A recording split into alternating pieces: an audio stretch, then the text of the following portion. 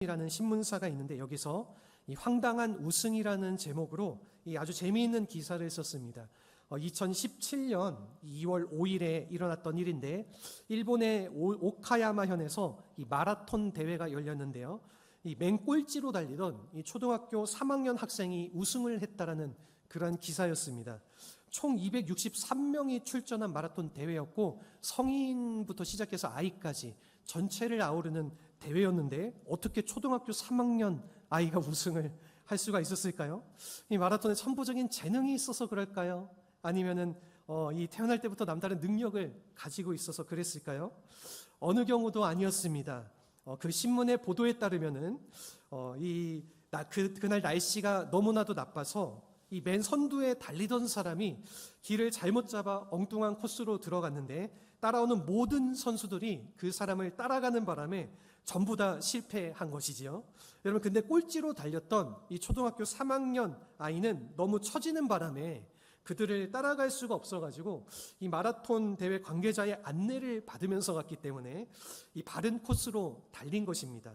그 결과 이 앞서서 달렸던 모든 사람들은 실격 처리가 됐으니까 누가 우승을 했겠습니까? 이런 비록 꼴찌로 달렸지만은 이 바른 길로 달린 초등학교 3학년 아이가 우승을 한 것입니다. 여러분, 우리 인생도 이와 마찬가지라고 생각되어집니다. 이 빨리 달리는 사람이 성공하고 능력 있는 자가 우승한다라고 생각하지만은 실제로는 그렇지가 않습니다. 우리가 정도를 달리는 자가 성공을 하게 된다라는 것이지요. 여러분, 하나님께서는 우리에게 주신 이 달려야 될 바른 길이 있는데 이 바른 길을 선택하고 나아갈 때에 우리의 삶에 최상의 축복이 주어지게 되고 최대의 열매를 맺으면서 살아갈 수 있다는 것입니다. 아무리 똑똑하고 우리가 유능한 그런 사람이라고 할지라도 이 만일의 경우에 정도를 벗어나게 된다라고 하면은 결국은 실격자가 될 수밖에 없다라는 것입니다. 유능하다고 해서 꼭 성공하는 것이 아닙니다. 탁월한 지도력을 가지고 있다라고 해서 꼭 앞장서는 것이 아니라 우리가 달려가야 될 길을 바르게 달려갈 때에 우리가 살아가는 인생길에 하나님께서 정해주시는 길을 바라보면서 나아갈 수 있다라는 것입니다. 이 눈에 보이지는 않지만은 하늘에도 길이 있고요. 이 배가 다니는 바다에도 길이 있는 것처럼 여러분, 우리 인생에도 하나님이 가라고 설정해 주신 정도의 길이 있다라는 것이지요. 이걸 우리가 바르게 달려가야지 이 하나님 앞에 인정받고 우리의 삶도 아름답게 되는 것입니다. 예를 들어서 이 남편은 남편으로서의 지켜야 될 길이 있는 것이죠. 아내는 아내로서 지켜야 될 길이 있습니다. 성도는 성도로서 지켜야 될 위치가 있고 이 지도자는 이 리더로서 지켜야 될 위치가 있는데 만일 이 정도를 벗어나서 자기 마음대로 행하게 된다면은 자신에게도 축복이 되지는 않지만은 이 다른 주변 사람들에게도 폐를 끼치게 된다라는 것입니다. 이런 의미에서 우리 그리스도인으로서 우리들은 과연 나는 하나님이 정해주신 바른 길을 가고 있는가? 우리는 이것을 확인하고 정리할 필요가 있습니다. 여러분, 만에 하나 우리가 정도를 벗어나고 있다라면은 지금이라도 하나님께로 돌아가서 하나님이 우리에게 주시고자 하는 그 원하시는 축복도 누리고 열매를 맺어야 될 것입니다. 여러분, 어떻게 하면은 이 미끄러지기 쉬운 이 마지막 시대에 이 세상 정욕 따라 우리가 살지 않고 하나님이 주신 이 정도의 길을 따라 바르게 걸어갈 수 있을까요? 오늘 본문의 내용은요, 이 사도 바울이 자신의 위치를 벗어나서 하나님의 정도를 벗어나서 살아가고 있는 이 고린도 교회 성도들에게 권면을 하는 것을 기록을 하고 있습니다. 이 내용을 우리가 함께 살펴보면서 우리가 하나님의 정도를 떠나지 않고 이 바른 길을 가는데 꼭 필요한 이 세 가지의 비결을 함께 나눠보고자 합니다. 우선 첫 번째입니다. 첫 번째는 이 말씀의 나침반을 주목해야 된다는 것입니다. 오늘 본문의 6절 말씀입니다. 우리 같이 한번 읽어보겠습니다. 형제들아, 내가 너희를 위하여 이 일에 나와 아볼로를 들어서 본을 보였으니 이는 너희로 하여금 기록된 말씀 밖으로 넘어가지 말라 한 것을 우리에게서 배워서 서로 대적하며 교만한 마음을 가지지 말게 하려 함이라. 아멘. 아멘. 여러분, 이 말씀이라고 하는 나침반을 우리가 주목해야지 이 방향성을 잃어버리지 않고 하나님이 기뻐하시는 쪽으로 우리가 나아갈 수 있다라는 것이죠. 오늘 이 본문에서 보시면은 이 정도를 벗어나는 첫 번째 경우로서의 내용을 기록하고 있는데 그것은 기록된 말씀을 벗어나지 말라. 이렇게 우리에게 설명을 했습니다. 여러분, 이것은 바로 말씀이라는 것이 이 우리의 삶의 하나님의 정도를 벗어났나 혹은 벗어나지 않았나를 가늠할 수 있는 그런 가늠대가 된다라는 것입니다. 여러분, 말씀은 내가 바른 위치에 서 있나, 하나님을 혹은 떠났나, 하나님이 기뻐하시는 삶의 방향을 향해서 바르게 나아가고 있나를 결정해 주는 가장 중요한 지침서가 되어지기 때문에 여러분, 이 말씀의 나침반을 우리가 주목해야지만은 길을 잃어버리지 않고 바른 삶의 열매를 맺을 수가 있다라는 것입니다. 우리가 구약 성경의 출애굽기의 내용을 보게 되면은요, 이 하나님께서 이스라엘 백성들을 애굽에서 이끌어내신 후에 곧장 가나안 땅으로 인도하시지 않고요, 여러분, 그 길을 꺾어서 남쪽에 있는 그 시니아 반도 최남단에 있는 가장 아래에 있는 이 시내산으로 가게 하셨습니다. 가나안 땅으로 사실은 바로 갈 수가 있었는데 왜 하나님께서 그리로 이스라엘 백성들을 먼저 인도하셨을까요? 이 성경 기록에 의하면은 이스라엘 백성들이 그곳에 약 1년간 머물렀는데 그 이유는 두 가지가 있습니다. 첫 번째 이유는요, 이 계명의 말씀을 주시기 위함이었습니다. 여러분, 그들이 비록 해방은 받았지만은, 이 새로운 민족으로 부름은 받았지만은 아직 하나님의 말씀을 받지 못했다라는 것입니다. 여러분, 앞으로 그들이 걸어가야 될 그 인생의 여정이 아주 긴데 이 말씀의 지침이 없이 어떻게 그들이 성공적으로 그 가나안 땅을 향해서 하나님의 성공한 백성의 모습으로서 나아갈 수가 있겠습니까? 그래서 우리가 출애굽기 20장에서 24장 이 5장의 말씀을 걸쳐서 우리가 그 내용을 보게 되면은 이 하나님의 계명의 말씀, 이 말씀의 지침서를 그들에게 주셨다라는 것이죠. 그리고 두 번째는 무엇이냐면은 성막을 짓게 하기 위함이었습니다. 여러분, 이 성막은 하나님께서 임재하시는 장소가 아니겠습니까? 여러분, 그래서 하나님께서는 하나님의 말씀도 주시고 이 이스라엘 이 말씀의 주인 되시는 이 하나님의 임재처소인 성막을 짓게 한 뒤에 이 가나안 땅을 향한 여정을 출발하게 하셨다라는 것입니다. 여러분, 오늘 하나님께서 우리를 향해서도 이와 똑같은 계획을 가지고 계신 줄로 믿습니다. 여러분, 우리 인생 자체가 바로 광야 길입니다. 여러분, 이 광야라고 하는 것은 우리가 엄격하게 말하면은 여러분, 길이 없는 자리예요. 여러분, 이 모래바람이 부는 곳이기 때문에 수시로 이 지형이 바뀌는 곳이 광야입니다. 이 지도를 가지고 가봐야 소용이 없습니다. 여러분, 이 바람 한번 불면은 그 모든 지형이 다 뒤바뀌어 버리기 때문에 그래서 이 하나님께서는 이 광야를 통과해가는, 여러분, 이 광야의 인생 여정을 떠나는 우리에게 아무리 많은 바람이 불고 길이 막히고 그리고 길이 막혀도 우리가 바르게 갈 수 있도록 이 말씀이라고 하는 나침반을 우리에게 들려주셨다라는 것입니다. 여러분, 우리의 인생 가운데서도 이처럼 예기치 않는 이 모래 바람들이 많이 불어올 때가 있습니다. 이 불경기의 바람이 불어와서 우리 사업을 어렵게 하기도 하고 갑작스러운 질병들이 찾아와서 우리의 삶의 터전을 고통스럽게 만들기도 합니다. 예기치 않는 가정의 위기가 찾아와서 우리가 가야 할 길을 잃어버리고 이 방황하는 경우들도 많이 있습니다.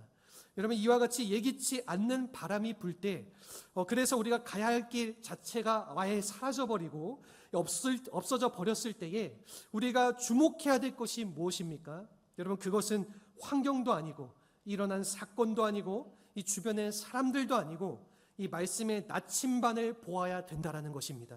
여러분, 이 말씀의 나침반을 보게 되면은 어느 쪽에 하나님이 계신지를 우리가 알 수 있게 되고 그쪽을 향하여서 나아갈 때에 문제도 해결되어지고 이 삶의 아름다움도 회복이 되어진다라는 것입니다. 이 어떤 목사님이 이 폐암을 앓은 후에 이 암을 앓고 있거나 회복하는 사람들의 모임을 통해서 이 말씀을 나누면서 설교를 하신 그 내용을 제가 들었던 적이 있습니다. 이분이 이 설교 중에 이 베테랑이라고 하는 한국 영화가 있는데 이 영화에 나오는 그 문구를 인용을 하셨습니다. 그 극 중에 이 황정민 배우가 연기했던 캐릭터의 대사였습니다. 이 대사가 어떠한 대사냐면 우리가 돈이 없지 가오가 없냐, 이런 대사였습니다. 이 극 중에 이 배우가 형사인데 이 형사가 돈이 없는데 이 주변에서 부정부패하라고 유혹을 하니까 그 속에서 한 대사입니다. 그래서 이 말을 인용하면서 우리가 암에 걸렸지 가오가 없냐, 이러한 말씀을 하셨습니다. 여러분, 이 가오가 무슨 뜻인지 아시죠? 이 가오는 일본어로 이 얼굴이라는 뜻입니다.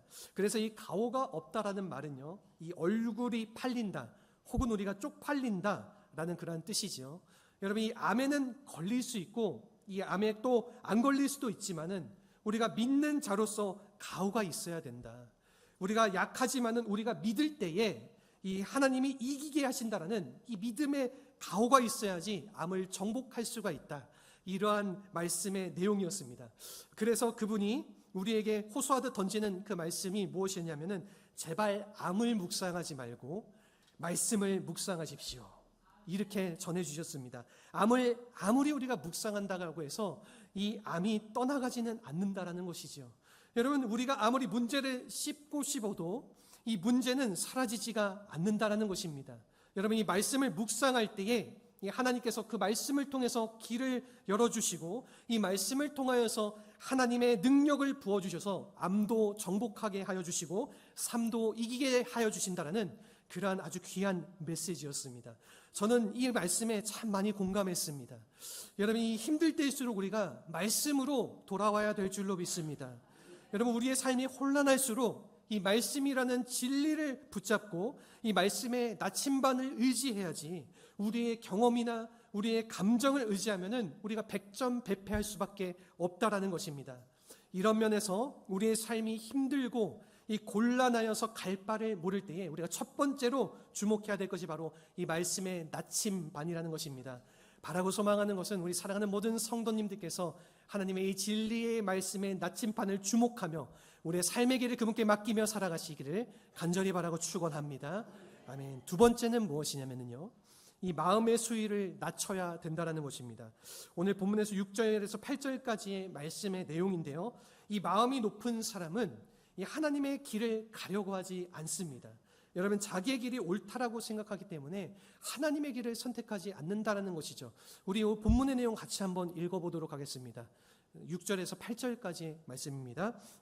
형제들아, 내가 너희를 위하여 이 일에 나와 아볼로를 들어서 본을 보였으니 이는 너희로 하여금 기록된 말씀 밖으로 넘어가지 말라 한 것을 우리에게서 배워서 대적하여 교만한 마음을 가지지 말게 하려 함이라. 누가 너를 남달리 구별하였느냐? 내게 있는 것 중에 받지 아니한 것이 무엇이냐? 내가 받았은즉 어찌하여 받지 아니한 것 같이 자랑하느냐? 너희가 이미 배부르며 이미 풍성하며 우리 없이도 왕이 되었도다. 우리가 너희와 함께 왕노릇하기 위하여 참으로 너희가 왕이 되기를 원하노라. 아멘. 여러분, 이 본문의 내용을 보시게 되면은 이 하나님의 정도를 벗어났을 때에 나타나는 이 몇 가지 특징이 여기에 소개가 되어지고 있습니다. 우선 먼저 6절 하반부를 보시게 되면은 첫 번째로 나타나는 특징은 이 교만이라는 것입니다. 여러분, 이 아마도 고린도 교회 안에는 자신이 잘났다고 생각하는 그 교만한 사람들이 아주 많았던 것 같습니다. 여러분, 이 사람이 교만하면 어떻습니까? 다른 사람의 말을 듣지 않지요. 귀 기울이지 않습니다. 왜 그렇습니까? 자기가 옳다라고 생각하기 때문입니다. 여러분, 만일 사람들이요 다 자기만 옳다라고 생각하면은 무슨 일이 벌어지게 될까요? 결국에는 서로 대적하고 부딪히게 된다라는 것이지요. 여러분, 두 번째는 무엇이냐면은 이 7절 말씀을 우리가 바라보게 되면은 특권 의식을 가지게 된다라는 것이죠. 여러분, 아마도 이 고린도 성도들 가운데서는 이 나는 특별한 존재라고 하는 이 특권 의식을 강조했던 사람들이 있었던 것 같습니다. 여기에서 이 바울은요, 이 모든 것이 다 하나님이 주신 것이지 너희가 잘나서 성공한 것이 아닌데 너희가 자랑하는 것이 가능하냐? 그러므로 너희들의 이 특권의식을 모두 내려놔야지 너희의 관계가 올바르게 회복이 되어질 거다. 그렇게 우리에게 말해주고 있다라는 것입니다. 그리고 마지막으로 세 번째는 자만감입니다. 여러분, 8절 말씀을 보게 되면은 이 배부르다라는 표현이 있는데, 여러분, 이것은 이미 자신의 것으로 마음이 꽉 찬 상태를 의미하는 것입니다. 여러분, 이미 배부른 사람들은 갈망하는 마음이 없습니다. 여러분, 그래서 이 영적으로 배부르다고 생각하는 사람은 하나님께 나아가서 기도하지를 않는다라는 것이에요. 여러분, 그러나 이것은 굉장히 위험하고 잘못된 생각입니다. 여러분, 과연 우리가 하나님 없이 잘 살아갈 수 있을까요? 여러분, 하나님의 은혜와 보호하심 없이 내 힘과 내 노력으로 당당하게 우리가 성공한 인생을 누리면서 살아갈 수가 있을까요? 여러분, 이것은 대단한 착각이라는 것이죠. 여러분, 우리에게 주어진 건강, 내가 잘나서 만든 것이 아니라 하나님께서 주신 줄로 믿습니다. 여러분, 내가 소유한 물질, 내가 잘나서 만든 것이 아니라 하나님께서 더하여 주신 줄로 믿습니다. 여러분, 심지어 우리에게 주신 이 생명마저도, 여러분, 이것도 내가 잘나서 내가 가진 것이 아니라 하나님께서 창조해서 우리에게 주신 것이지 우리가 결코 만들어서 가진 것이 아니라는 것입니다. 여러분, 나에게 주어진 이 모든 것이 하나님으로 말미암아 주어진 것인데, 마치 내가 잘나서 그런 줄 알고 여러분 자만하고 교만하게 되면은 언젠가는 하나님께서 우리의 삶 가운데 하나님의 심판의 손길로 우리를 썰어버리실 수가 있다라는 것입니다. 여러분, 지난 8일에 일본 남부에서 이 규모 7.1의 아주 강진이 일어났습니다. 다행히 피해가 그리 크진 않았지만은 일본 전역에 커다란 경고가 지금 퍼지게 되었습니다. 해당 지진 직후에 100년 만에 일본 땅 가운데 대지진이 일어날 수 있다. 그러한 관측으로 일본 전역을 굉장한 불안에 떨게 만들었죠. 여러분, 이 때문에 이미 한국에서 일본 여행을 준비했다가 많은 분들이 이 소식을 듣고 여행을 취소를 하는 경우도 많이 있었습니다. 혹은 우리 성도님들 중에서 일본 여행을 계획하셨다가 일 때문에 취소하신 분들이 있을 수도 있는지 모르겠습니다. 여러분, 이처럼 우리가 가진 것을 우리가 다 내 것이라고 생각하지만은 여러분, 하나님께서 흔들으시면은 다 무너지게 된다라는 것이죠. 여러분, 이 건강이든 물질이든 마찬가지입니다. 내가 잘나서 사는 것이 아니라 하나님께서 지켜주시니까 사는 것이라는 거죠. 여러분, 이 사실을 알지 못한 채 우리가 나는 충분하다, 나는 하나님 은혜에 바랄 것 없다, 하나님이 없이도 살 수 있다라고 생각하는 것은 이 대단히 위험하고 하나님의 정도에서 벗어난 삶이 되어진다라는 것입니다. 이 프랑스의 계몽주의 사상가 중에서 이 볼테르라고 하는 사람이 있습니다. 여러분, 18세기 프랑스를 대표하던 작가이고 지성인이었습니다. 그런데 이 사람은요, 무신론자였어요. 그것도 그냥 단순한 무신론자가 아니라 하나님을 믿는 사람들, 기독교를 굉장히 핍박하고 박해하는 그러한 무신론자였습니다. 기독교가 괴멸되기를 원하는 사람이었어요. 그래서 이 사람은 공공연하게 이러한 말을 했습니다. 지난 1700여 년 동안 많은 사람들이 기독교라는 망상에 사로잡히면서 살아왔는데 나는 이것을 내가 살아가는 이 생애 50년 동안에 깨뜨리겠다. 이러한 말을 했을 뿐만이 아니라 한마디 더 얹어가지고 이 사람은 성경책을 다 진리의 말씀이라고 많은 사람들이 믿고 있는데 100년 안에 이 성경책은 사라지게 될 것이다.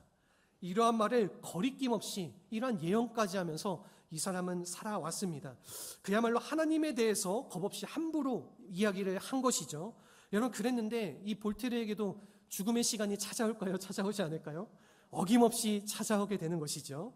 여러분, 이제 이 죽음을 앞두고 얼마 남지 않은 그 시간 속에서 이때도 볼테르는 그렇게 큰 소리로 나는 하나님 필요 없다, 하나님은 없어져야 된다 이렇게 외쳤을까요? 여러분, 그렇지 않았습니다. 그는 이 죽음의 질병 앞에서 의사에게 이렇게 애원했다라고 해요. 6개월만 더 살게 해달라고. 6개월만 더 살게 해주면 내 재산의 절반을 당신에게 주겠습니다. 이 의사에게 그렇게 애원을 했지만은 여러분, 이 의사는 6개월이 아니라 6주도 당신이 살기도 힘들 것이다. 그렇게 말했다라고 합니다. 그리고 그는 이 세상을 떠났고 이 죽는 순간에 그가 남긴 말이 무엇인지 아십니까? 나는 이제 지옥으로 가겠구나. 그러한 말을 남기고 비참하게 세상을 떠났다라고 합니다. 여러분, 이 볼테르가 100년 안에 사라질 것이라고 말했던 이 성경은 아직까지도 베스트셀러예요. 여러분, 이 세계 모든 사람이 가장 많이 그리고 가장 많이 팔린 책이 바로 성경책입니다. 여러분, 더 아이러니하고 놀라운 사실은 무엇인지 아십니까? 이 볼테르가 죽은 후에 그의 집을요, 이 프랑스의 성서 공회에서 구입을 했어요. 그리고 그 집을 성경을 보관하는 창구로 사용을 해서 이 마루바닥부터 천장까지 성경으로 가득 찬 집이 되어졌습니다. 어떤 목사님은 이것을 재밌게 표현을 해서요, 하나님의 블랙 코미디다 이렇게 말하기도 했어요. 성경이 없어진다고? 그렇다면 내가 너의 집을 사서 성경 창고로 만들리라. 그래서 만든 것이 이 볼테르의 집이라고 말을 하기도 했습니다. 여러분, 오늘날 많은 사람들이 이 하나님을 함부로 대하고 이 하나님이 없이 살 수 있다라고 이야기를 하지만은 여러분이 실제로 하나님이 우리를 떠나면은 여러분 우리의 인생은 끝장이 나게 되는 것입니다. 여러분 우리가 정말로 하나님 앞에 바른 자세로 살려면은 나는 모든 것을 가졌다, 배부르다 그러는 것이 아니라 나를 낮추고 나를 또 낮추고 나를 더욱 낮춰서 이 하나님의 은혜를 구해야 되는 것입니다. 여러분 이 나의 연약성을 고백하고 하나님 앞에 엎드릴 때에 하나님께서 진정한 차원의 은혜를 우리에게 베풀어 주시고 회복을 부어주시는 것이지, 가졌다라고 생각하는 사람들에게 여러분 하나님의 은혜가 임할 수가 없다라는 것입니다. 여러분 이 하나님께서 필요 없다라고 생각하는 사람에게, 이 기도를 멈춘 사람에게 어떠한 기적을 베풀어 주실 수가 있겠습니까? 이런 면에서 이 나의 마음을 낮추는 것, 이 나를 겸손하게 낮추고 하나님의 은혜를 구하는 것은 굉장히 중요하다라는 것입니다. 여러분 이 마음을 낮추면 하나님께서 우리의 삶 가운데에 임하여 주십니다. 여러분 교만하게 되면 하나님께서 우리의 삶을 떠나가게 되는 것입니다. 여러분 내 마음이 낮아지면 낮아지는 만큼 하나님의 임재가 강해지게 되고, 그럴 때의 진정한 차원에서의 회복이 그리고 진정한 변화가 우리의 삶 가운데 나타나지게 된다는 것입니다. 바라는 것은 우리 사랑하는 모든 성도님께서 마음을 주님 앞에 바짝 낮추고 엎드려서 주님의 은혜를 구하면서 기도하며 나아갈 때에 주님의 그 도우시는 손길이 강력하게 임하는 삶을 누리시기를 간절히 바라고 축원합니다. 아멘. 우리 마지막으로 세 번째입니다. 이 마지막은요, 비움의 길을 선택해야 된다는 것입니다. 여러분 나를 다 비워내는 길을 선택을 해야 된다는 것이죠. 우리가 9절에서 13절의 이 말씀을 보게 되시면은 이 앞에서 고린도 성도들이 갖고 있었던 교만과는 정반대로 이 대비가 되어지는 이 사도 바울의 삶에 대한 고백이 나열이 되어져 있습니다. 그래서 우리가 먼저 9절 말씀 한번 같이 읽어보겠습니다. 내가 생각하건대 하나님이 사도인 우리를 죽이기로 작정된 자같이 끄트머리에 두셨음에 우리는 세계 곧 천사와 사람에게 구경거리가 되었노라. 아멘. 여러분 사실 이 사도 바울은요 공부도 많이 했고 어떤 면에서 세상 사람들이 갖추지 못한 것을 많이 갖춘 사람이 아니겠습니까? 여러분 그런데 이 사도 바울이 사도가 된 이후에 이 만물의 끝에 머리가 되고 그리고 수많은 사람들의 조롱거리가 됐다라고 지금 고백하고 있는 것이에요. 왜 이렇게 말하는 것입니까? 이것은 복음 때문에 자신을 비웠다라는 뜻이죠. 여러분 이어서 우리가 10절 말씀 같이 한번 읽어보겠습니다. 10절입니다.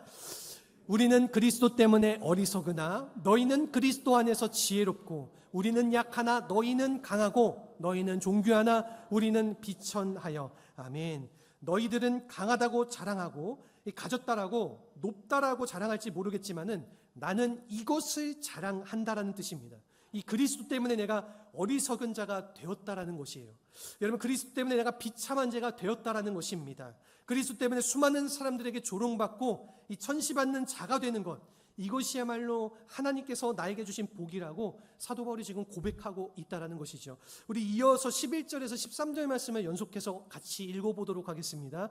바로 이 시각까지 우리가 줄이고 목마르며 헐벗고 매맞으며 정처가 없고 또 수고하여 친히 손으로 일을 하며 모욕을 당한 즉 축복하고 박해를 받은 즉 참고 비방을 받은 즉 권면하니 우리가 지금까지 세상의 더러운 것과 만물의 찌꺼기같이 되었도다. 아멘. 아멘. 여러분 저는 여기에 이 사도 바울의 이 비움의 철학이 있다라고 생각이 되어집니다. 여러분 이 바울은 자랑할 것이 많지만은 자랑하지 않았습니다. 누구보다도 자존심이 높았지만은 자존심을 내세우지 않았어요. 많은 권력과 권세를 소유했지만은 자신의 권력을 결코 주장하지 않았습니다. 얼마든지 영광스럽고 얼마든지 안정적으로 살 수 있는 길이 있었지만은 여러분 사도 바울은 그 길을 택하지 않았다라고 하는 것이죠. 여러분 오히려 나의 자랑들을 다 내려놓고 나의 자존심과 나의 권리와 나의 특권들을 다 주님 앞에 내려놓고 오직 한 분 예수 그리스도의 복음의 영광을 위하여서 자신의 삶을 드리는 것, 여러분 바울은 이것을 기뻐했고 이것에 감사하면서 오늘의 본문의 말씀을 기록하고 있다라는 것입니다. 여러분 이 사도 바울이 자신을 비운 것은요 누가 강요하고 협박해서 비운 것이 결코 아니었습니다. 예수님을 만난 이후에 그 만남의 그 사랑이 너무나도 감격이 되어져서 너무나도 감사해서가 바로 그 이유였어요. 여러분, 이 주님을 만난 가치가 자신의 삶의 가장 중요한, 가장 최대의 가치였기 때문에 다른 무엇보다도 비교할 수 없을 정도로 이 존귀하신 예수님을 만났기 때문에 지금까지 그가 자랑했던 모든 것을 다 배설물과 같이 여기고 하나님의 부르심과 사명을 향하여서 달려나간 이 바울의 모습을 우리가 오늘 본문을 통해서 바라볼 수가 있다는 것입니다. 오늘 이 시대를 살아가는 이 많은 사람들이요, 자기를 위한 삶이 행복의 길이라고 생각합니다. 자기를 만족하게 하고 자신의 삶을 부유하게 하는 것이 진정한 성공이라고 그렇게 생각을 하지만은, 여러분, 성경은 결코 그렇게 우리에게 말해주고 있지 않아요. 여러분, 이 비울 때에 참된 능력이 주어짐을 우리에게 강조를 해줍니다. 나를 버릴 때에 그리스도로 우리가 가득 채워지게 됨을 우리에게 강조하고 있습니다. 나의 만족을 위한 삶이 아니라 하나님을 기쁘시게 하고 복음을 아름답게 하는 이 복음의 아름다운 사실들을 증거하며 살아가는 삶이야말로 진정한 복된 삶이고 행복자의 삶이라는 사실을 성경은 강조하고 말하고 있다는 것입니다. 우리가 이러한 의미에서 이 예수님을 믿은 후에 이 세상적인 것을 누리지 못한다고 해서 너무 아쉬워하지 마시기 바랍니다. 여러분, 이 세상적인 것을 우리가 누리지는 못할지 모르지만은 이 세상이 갖지 못한 새로운 사명을 주님께서 우리에게 부어주신 줄로 믿습니다. 여러분, 이 십자가의 복음의 사명을 우리에게 주시고 수많은 사람들의 생명을 구원할 수 있는 그 사람들을 살릴 수 있는 그런 놀라운 사명을 우리에게 주셨다라는 것입니다. 여러분, 이것은 우리에게 부과된 짐이 아니라 이것이 바로 우리의 능력의 원천이고 우리의 축복의 원천인 줄로 믿습니다. 이 이스라엘 사람들이 만든 동화 중에서요, 여러분, 이 새들의 불평이라고 하는 그러한 동화 이야기가 있습니다.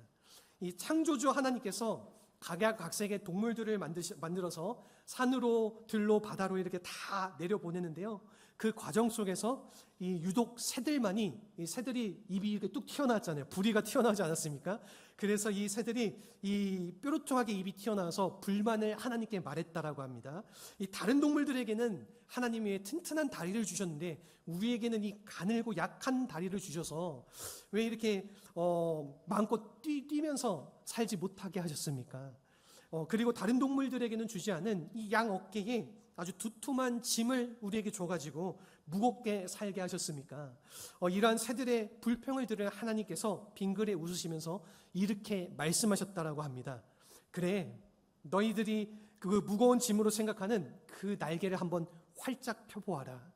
그래서 이 말을 들은 이 독수리가 제일 먼저 그 날개를 활짝 펼치는 순간에 여러분이 자신의 몸이 깃털처럼 가벼워지면서 저 넓은 창공을 향해서 날개짓하면서 날아갈 수 있었다라는 것이죠. 여러분, 이 창공을 나면서 독수리가 비로소 깨달은 사실이 무엇이냐면은 자신의 양 어깨에 붙어 있는 이 날개가 거추스럽고 무거운 짐이 아니라 사실은 창공을 날개하기 위한 날개였다라는 것을 깨달았다고 합니다. 여러분, 우리 인생도 이와 마찬가지입니다.